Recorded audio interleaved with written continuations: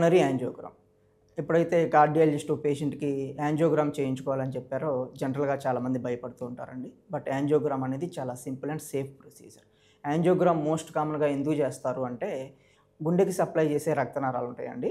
Left side 2, right side 1. వాటిలో ఎక్కడైనా black ఉందేమో తెలుసుకోవడం కోసం యాంజియోగ్రామ్ అనేది చేస్తారు. సో ఇది చేతి నుంచి కానీ, కాలు నుంచి కానీ చేస్తారు. చేతి నుంచి అంటే రేడియల్ ఆర్టరీ పంక్చర్ చేయడం ద్వారా, కాలు నుంచి అంటే ఫిమోరల్ ఆర్టరీ పంక్చర్ చేయడం ద్వారా.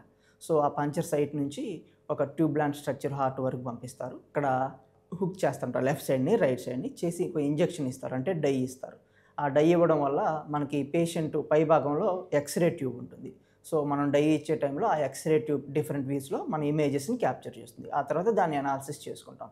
అనాలిసిస్ చేసుకున్న తర్వాత దానికి ఉన్న బ్లాక్‌ని బట్టేసి ఎంత ఎక్స్‌టెన్సివ్‌గా బ్లాక్ అయిందని బట్టేసి మెడిసిన్స్‌తో తగ్గుతుందా? లేదంటే స్టంట్ ఎయ్యాలా? లేదంటే బైపాస్ సర్జరీ చేయాలనేది డిసైడ్ చేస్తారు. సో ఇది చాలా సేఫ్ ప్రొసీజర్. మోస్ట్‌లీ ఇది లెస్ థాన్ 10 మినిట్స్ తీసుకుంటుందండి. చాలా అంటే ఏదైనా అబ్నార్మాలిటీస్ ఉన్నప్పుడు కొంచెం ఎక్కువ టైం పడుతుంది.